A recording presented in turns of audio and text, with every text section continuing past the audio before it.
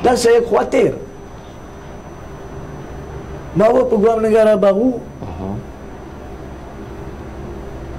dalam keadaan pelantikannya didorong sebagai satu prasyarat pelantikan untuk melepaskan Zaid Hamidi.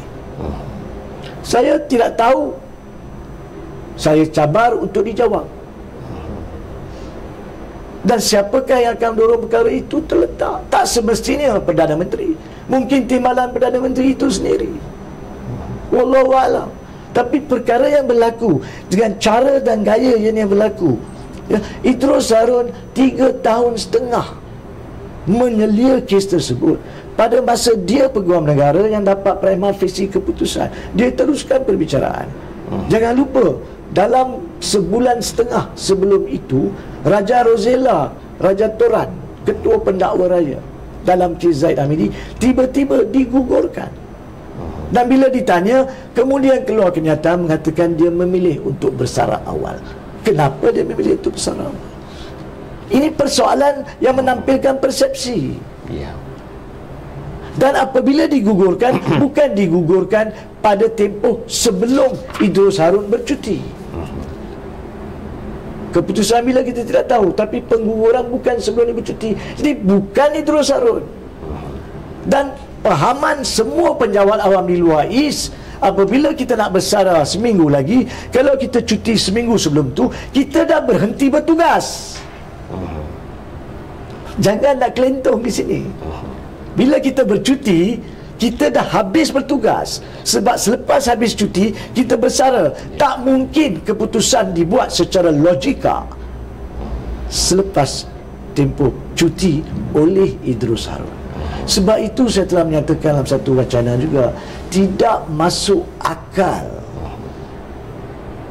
untuk Perdana Menteri Anwar Ibrahim memaklumkan kepada rakyat, kononnya pada 8 hari bulan 9 dia maklumkan kepada rakyat bahawa Idrus Harun telah menghubunginya. Kita tak tahu sama dia telah pergi ke rumahnya melalui telefon dan sebagainya untuk memberi penjelasan panjang lebar tentang menjadi tanggungjawab dia untuk selesaikan sebelum dia pergi.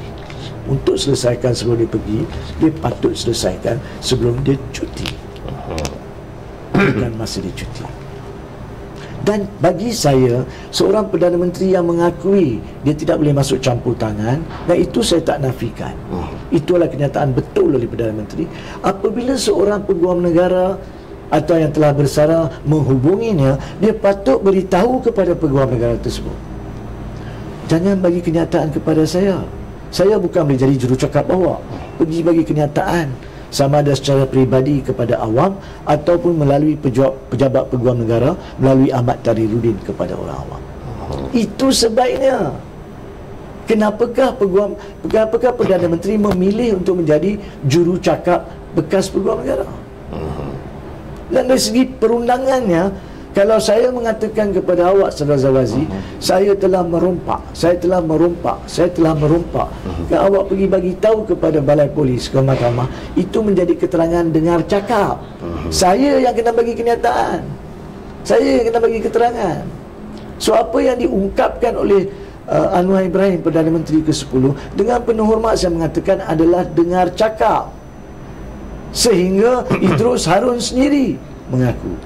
Dan satu-satunya perkara yang selalu saya sebut tentang Idrus Harun dalam tempoh dia menjadi peguam negara 3 tahun 3 bulan adalah dia cukup, kalau saya boleh gunakan perkataan itu dengan sopan, kedekut membuat kenyataan lengkap. Culas. Dia cukup culas dalam membuat kenyataan yang lengkap. Jarang-jarang dia buat kenyataan. Itu pun bila ditekan baru dibawa kenyataan.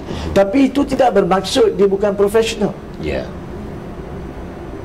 Dan saya telah nyatakan dengan jelas, dia merupakan seorang peguam negara 3 tahun 6 bulan.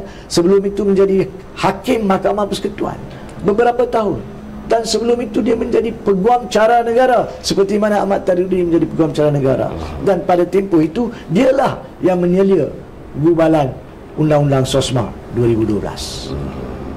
Dia dikenali sebagai orang profesional, tak banyak bercakap. Dan awak nak saya sebagai pengamal undang-undang dan rakan-rakan yang lain menerima bahawa dia akan menghubungi Perdana Menteri untuk memaklumkan dengan panjang lebar. Kalau betul-betul dia nak hubungi, dia akan hubungi pejabat Peguam Negara dan rakyat. Sebab dia tahu, dia tak perlu nak cakap dengan Peguam Negara, dengan Perdana Menteri pun. So saya minta maaf. Itu penjelasan yang dari segi konsep keadilan, konsep perundangan dan kehakiman tidak boleh diterima tanpa apa-apa sokongan daripada Idrus Harun.